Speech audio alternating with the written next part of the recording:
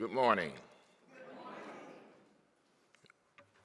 I'm the Reverend Sherman Z. Logan, Jr., and I have the privilege of honoring and serving this wonderful congregation as the senior minister. And I thank you all for coming out in this bad weather today. And for those of you who showed up, that's a bonus for you. Look under your seats. But I'm not giving away a car. So here we use visual description as an accommodation for people with low vision. So I am a tall, brown-skinned black man. Yes, Lord.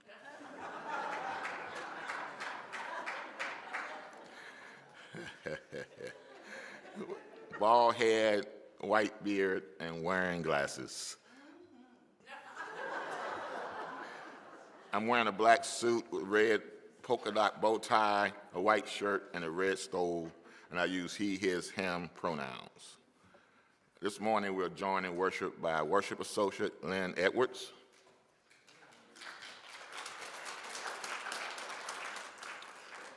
worship and music director Jamie Kilpatrick, hymn leader Hyde Bain, and offering the ministry of music this morning, the Reverend D.K. Logan and New Beginning. We have Eric, Jeremy, and Craig helping us with AV. And this morning, if you have anything you need or want to talk about, Joan Lewis from Late Pastoral Care will be available after worship in the small conference room. So it is our custom to welcome our visitors every Sunday by passing the mic. Jamie will come to you. So if you are visiting with us and as you're comfortable, we ask you to introduce yourself. Well, no visitor today, huh? All right. Well, Jamie, I guess you get a day off. All right, so now it's time to greet one another. For those who are attending virtually, you can introduce yourself in the chat. And those here in the Great Hall, please stand in body of spirit and welcome your neighbors.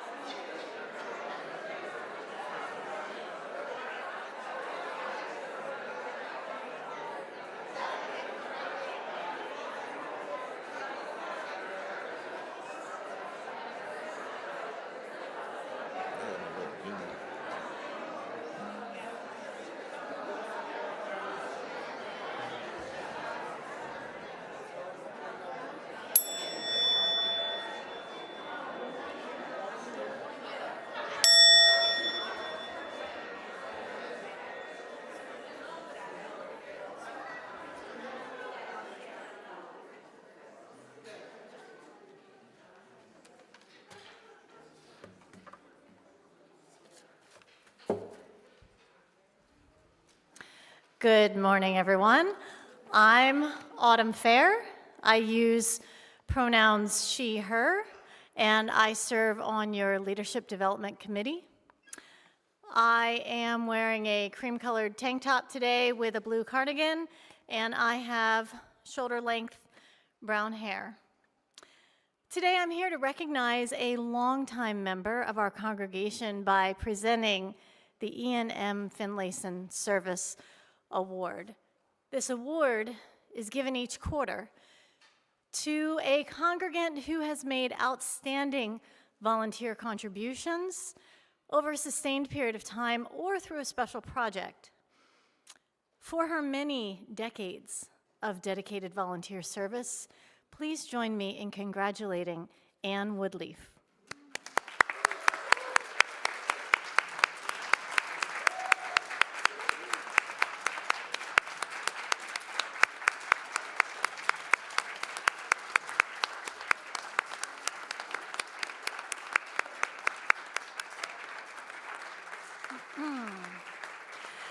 And Anne, as I present this award, I just want you to know that I think of your husband, Ray, who would be so happy to know that you are receiving this award, someone dear to my heart because of how friendly he always was to my daughters.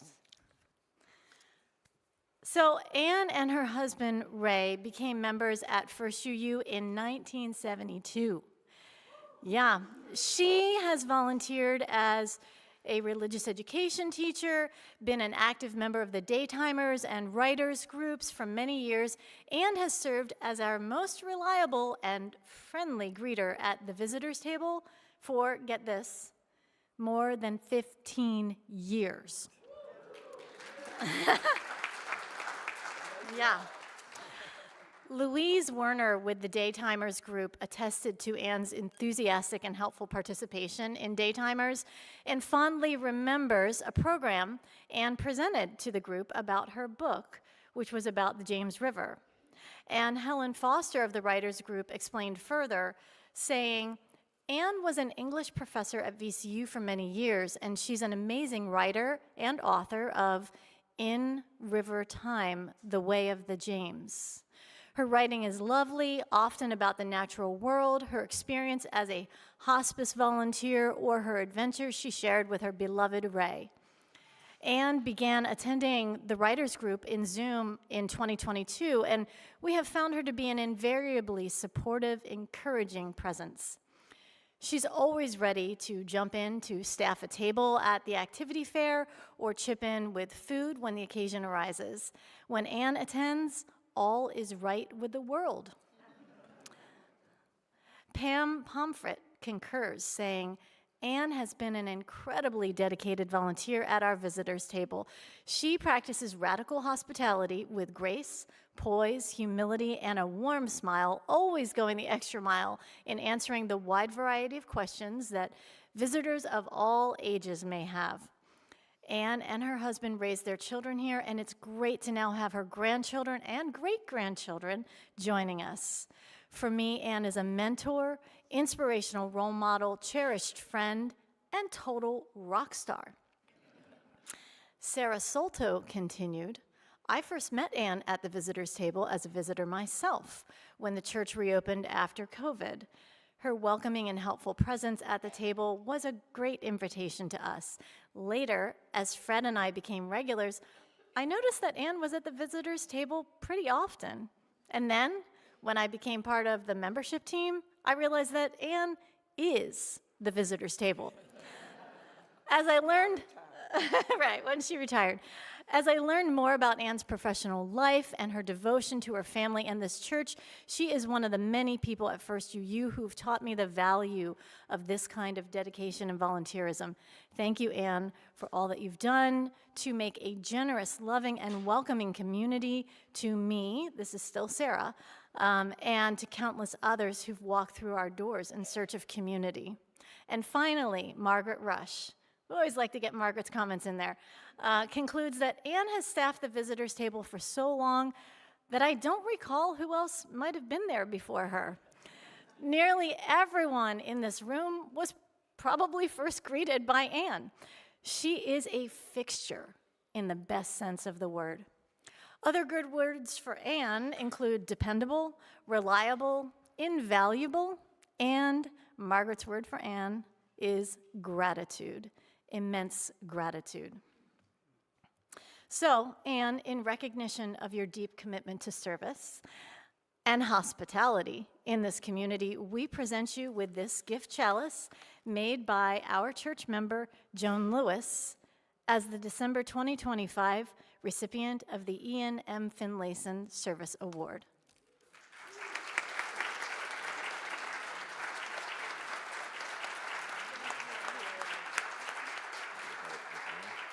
Give you a hug right quick.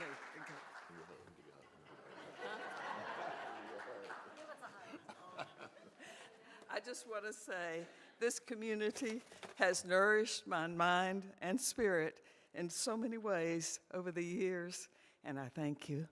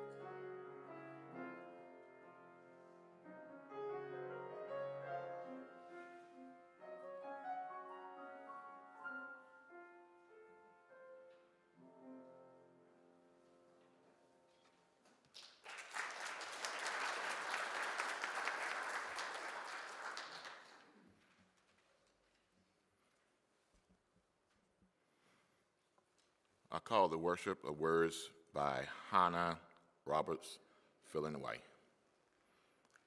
In the season of long, cold nights, hope isn't waiting for us to find it. Hope isn't sitting patiently on the sidelines. Hope seeks out the forgotten places, the longest nights, the damaged tempo, the overcrowded staple, and every corner where tomorrow seemed impossible. Hope bursts in uninvited, without concern for our carefully crafted plan. Hope shows up as a lamp that keeps burning. Hope shows up as an improbable baby. Hope shows up as the sun returning without ever having left. Hope shows up as tomorrow, and then tomorrow, and then tomorrow, until, against all odds, we feel the future breaking on the horizon. When we are weary from battle, when empires seem inevitable, when darkness is growing around us, hope comes to claim us, and we have the chance to say yes.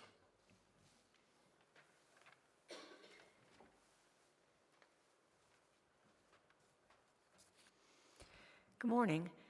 As Reverend Sherman said, my name is Lynn. I use she, her pronouns. I have white hair, although my eyebrows are still brown. Someone asked me that after church one day. And brown eyes, and I'm wearing a kind of a fuchsia turtleneck top and a long black vest with flowers all over it, and fuchsia and purple pants. Colorful today, huh? Our chalice lighting is called "The Chalice Lit Among Us is a Beacon" by Deborah Falk. The chalice lit among us is a beacon of hope in a world of crisis, a beacon of possibility made manifest in community, a beacon of warmth through our interconnections, a beacon of light illuminating our shared wisdom, a beacon of connection by our being together.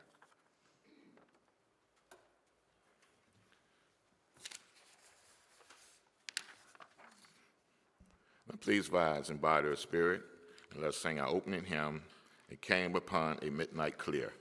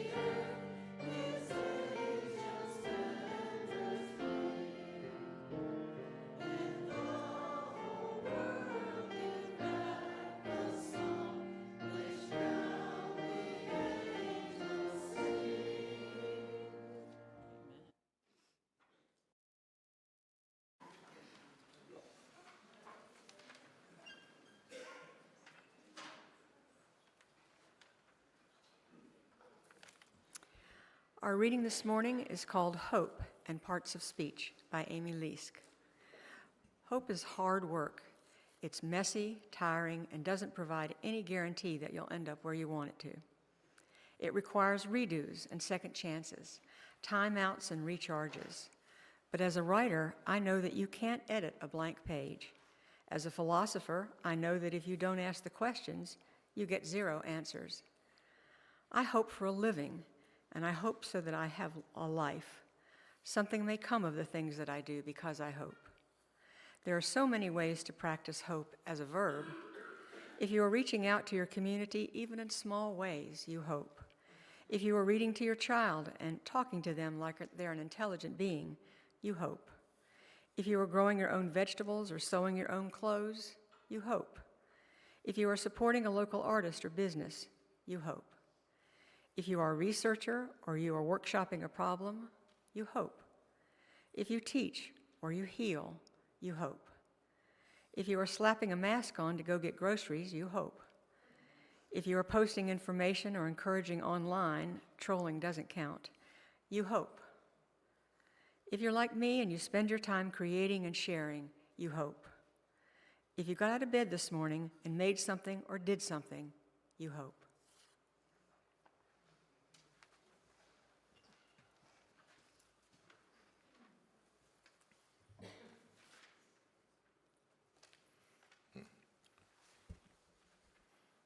This morning, I invite you to support the Minister's Discretionary Fund.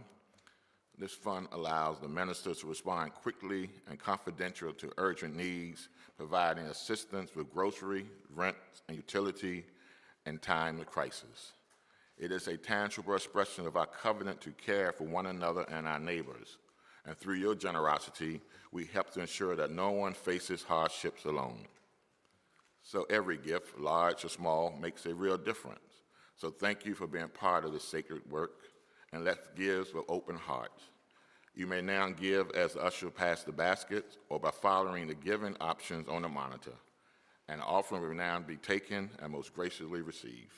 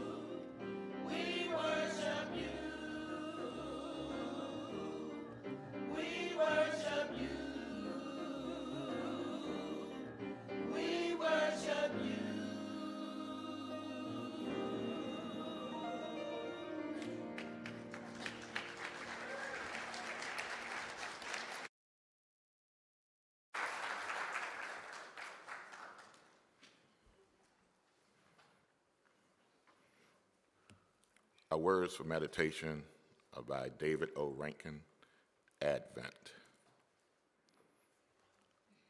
During the Advent season, we celebrate the qualities of faith, hope, love, and joy.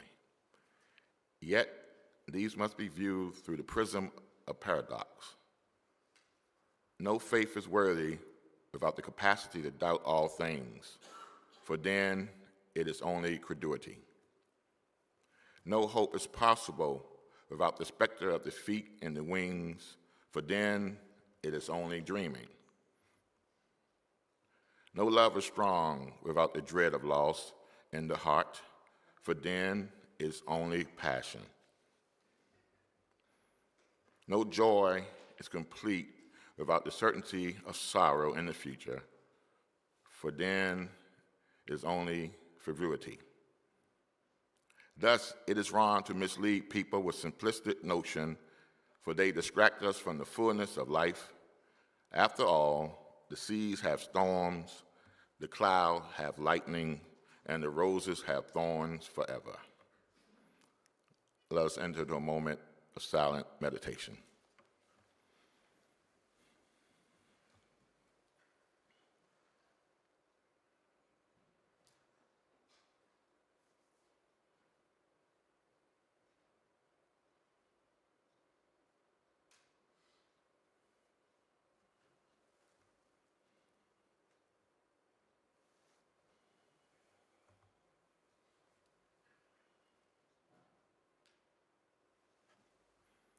Spirit of life, God of many names, names beyond namings. We pause this morning with heavy hearts to remember the lives lost at Brown University to gun violence, and the lives taken in Sydney, Australia through acts of terror. Lives that matter, lives that were loved, lives that should still be here. We hold our families in our prayers, those whose worlds were shattered in an instant, who woke up to a future forever altered. Grant them comfort that does not rush their grief, strength for days that feel impossible to face, and moments of peace amid the pain.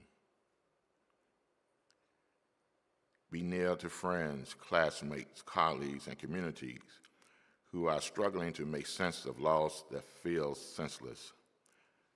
Help them remember that grief is love with nowhere to go, and they do not have to carry it alone.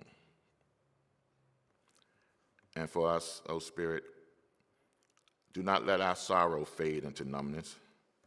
Let our mourning deepen our resolve to choose life, to stand against the violence and terror in all their forms, and to work for a world where safety, dignity, and peace are not privileges but promises. May love surround those who grieve, may memory honor those who are lost, and may justice, compassion, and courage be born anew from our collective heartbreak. May this be so. Amen. Ashe.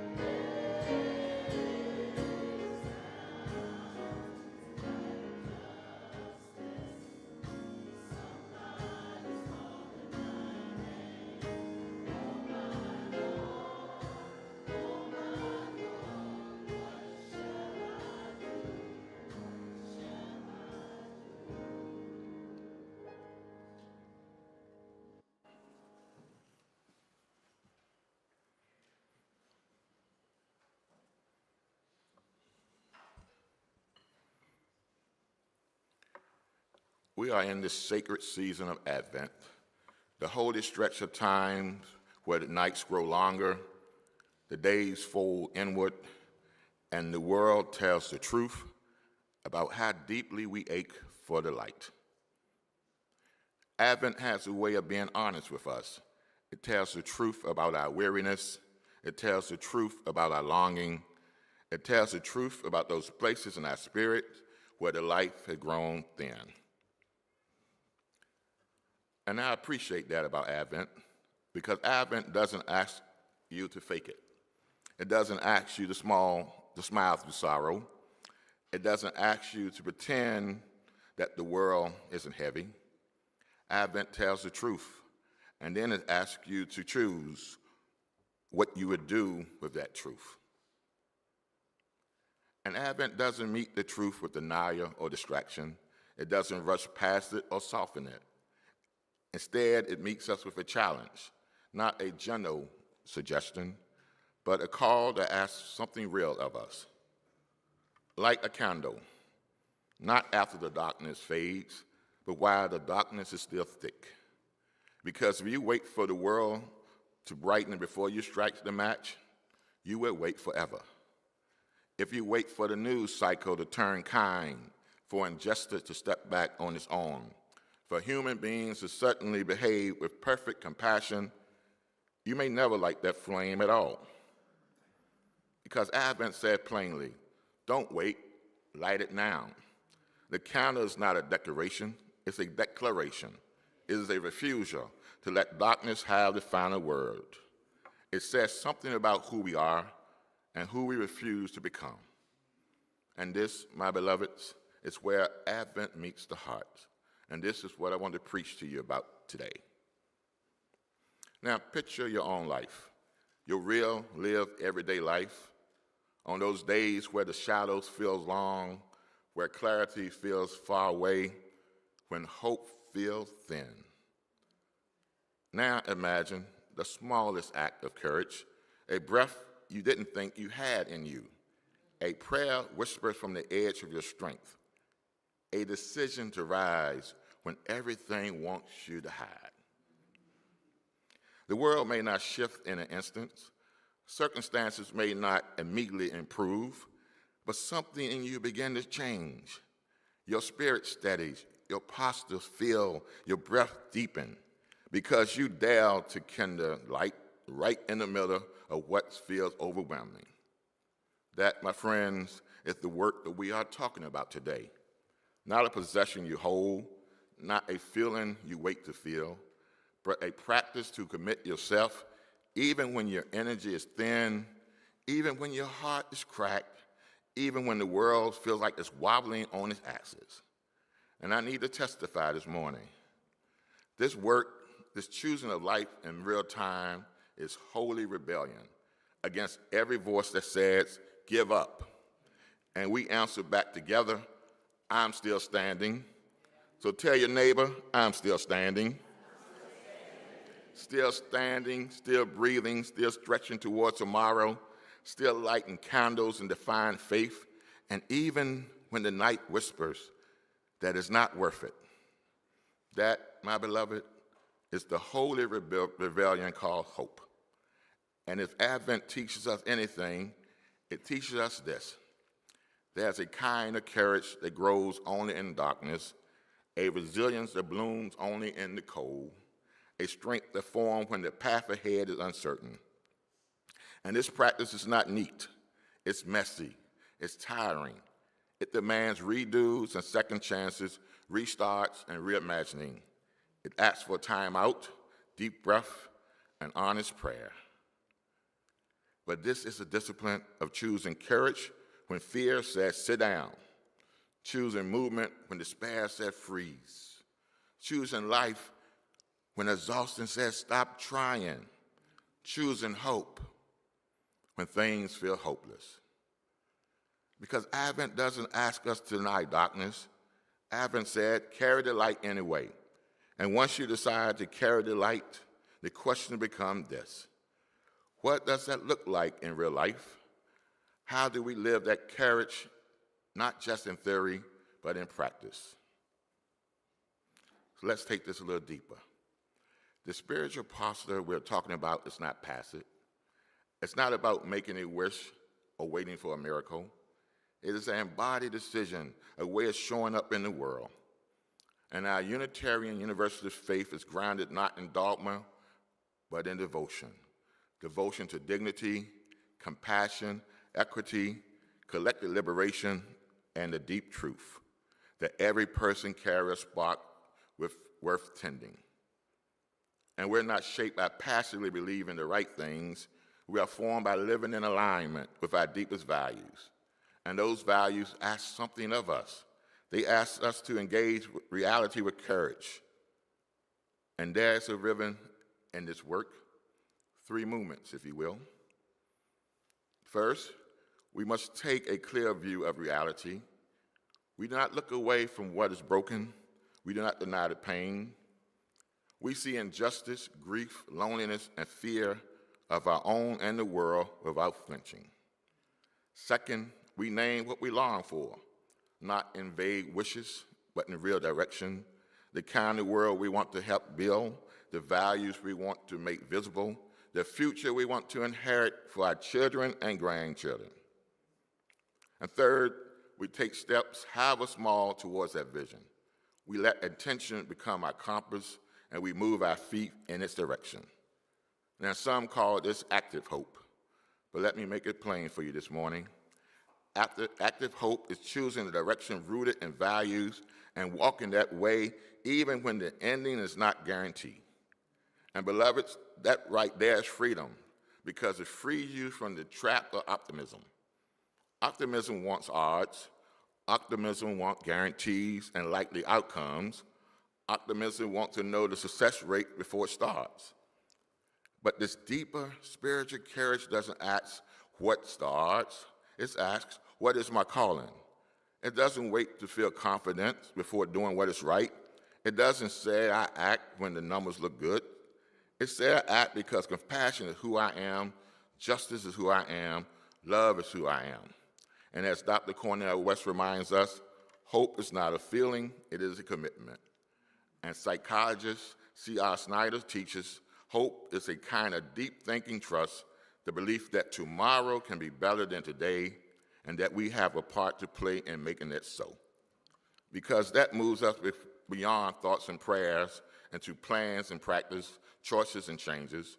And once faith takes shape in our hands and feet, we discover that waiting is no longer an option, because we are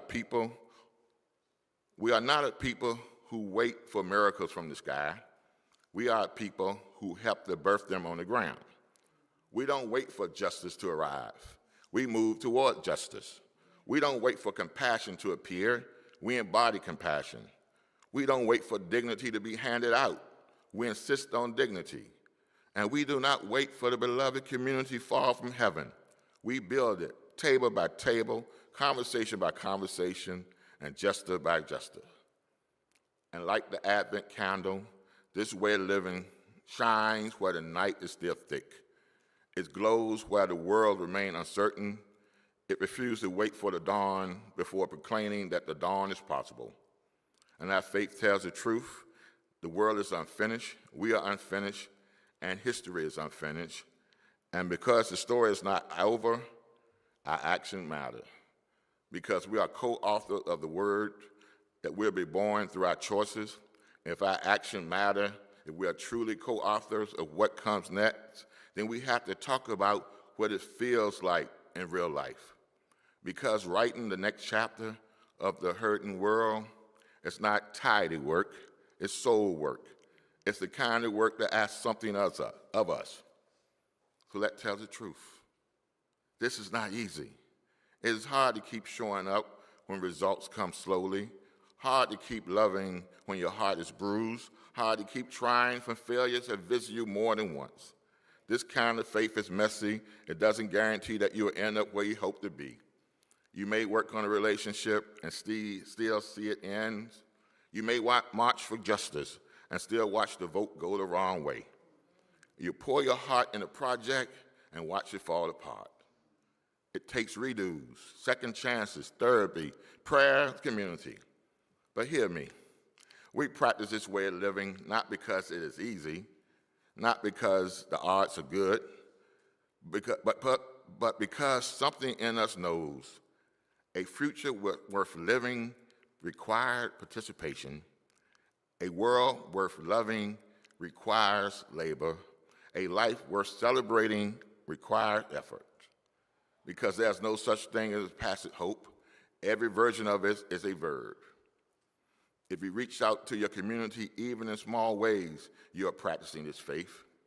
If you read to your child or speak to them with dignity, you are practicing it.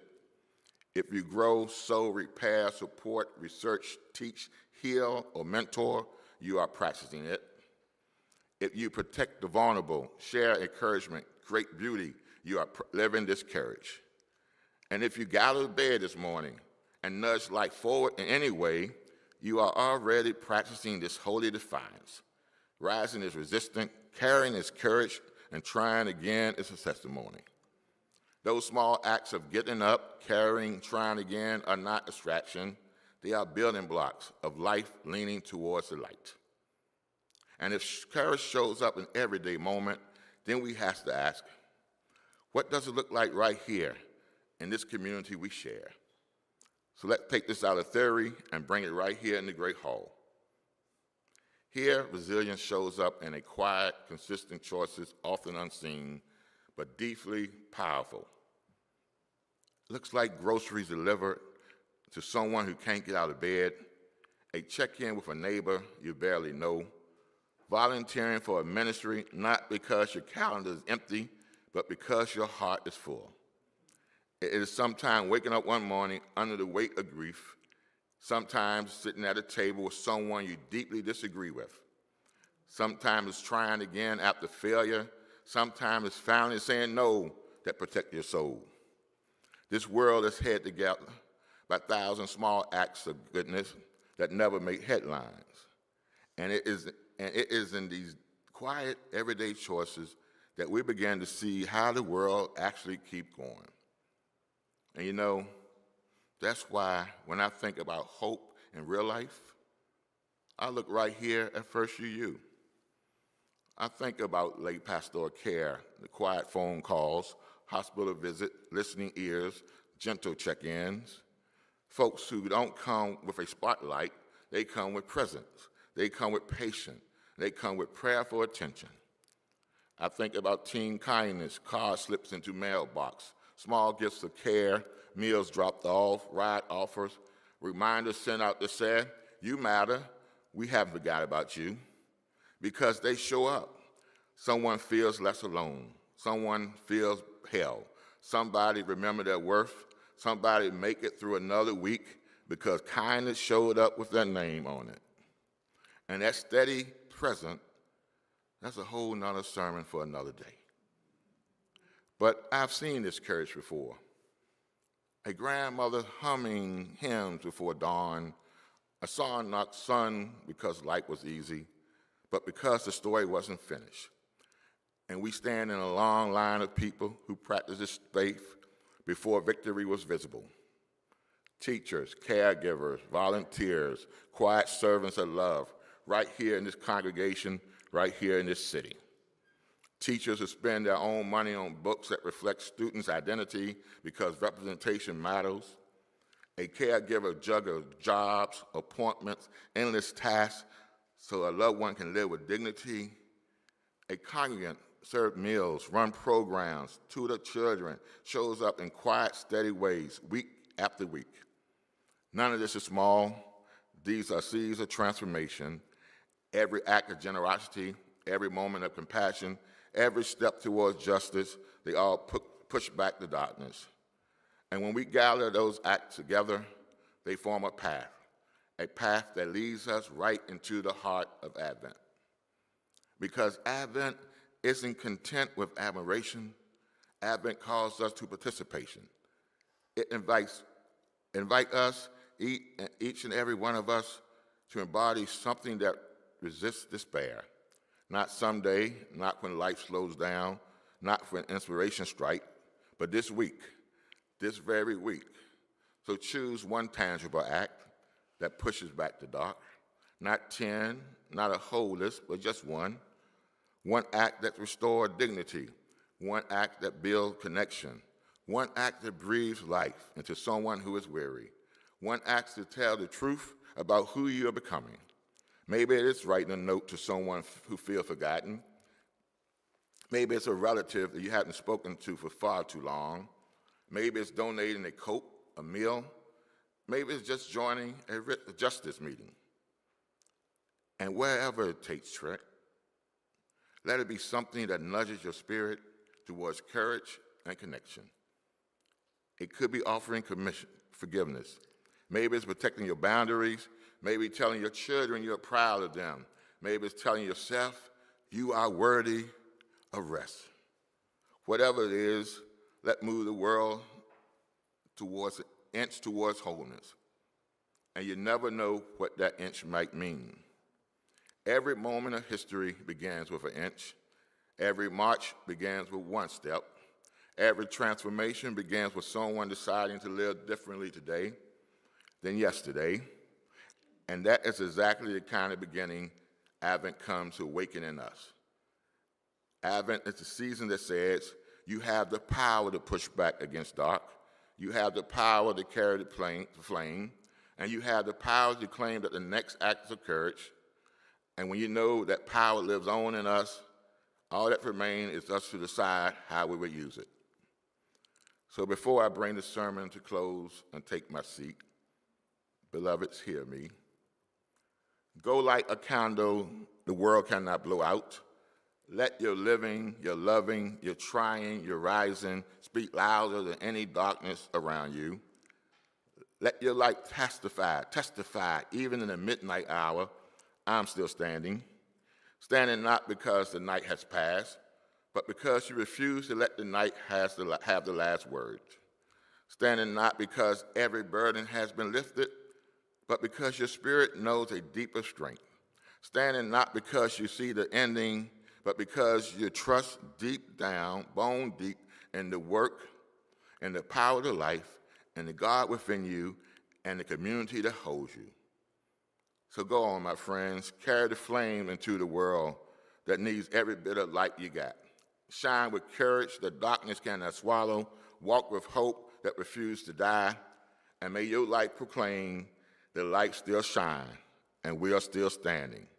Let the people say amen. May this be so.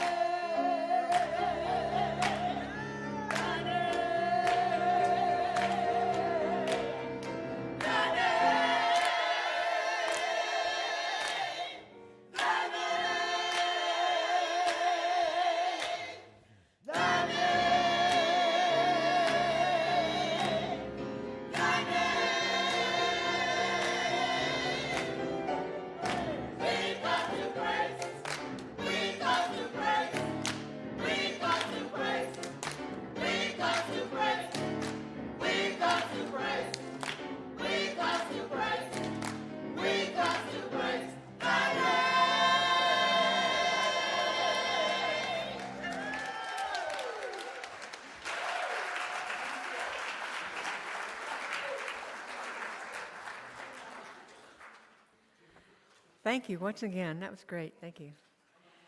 Our chalice extinguishing reading is Even When It Trembles by Reverend Tandy Rogers. May you choose hope even when it trembles. May it be the kind of hope that plants seeds, waits in the dark, and trusts the stirring. Hope that doesn't deny despair, but dares to outlast it.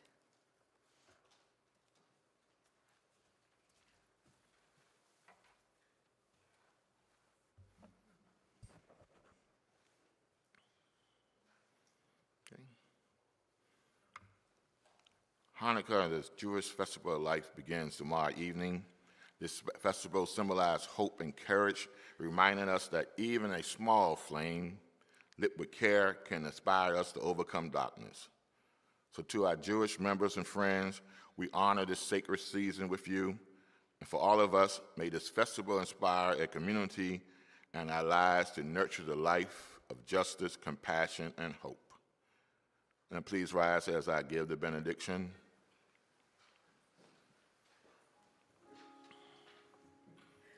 Now, as we leave this place, may your hands know the strength of lighting flames in difficult places. May your spirit remember its own resilience. May you walk through this Advent season carrying a light that is older than fear.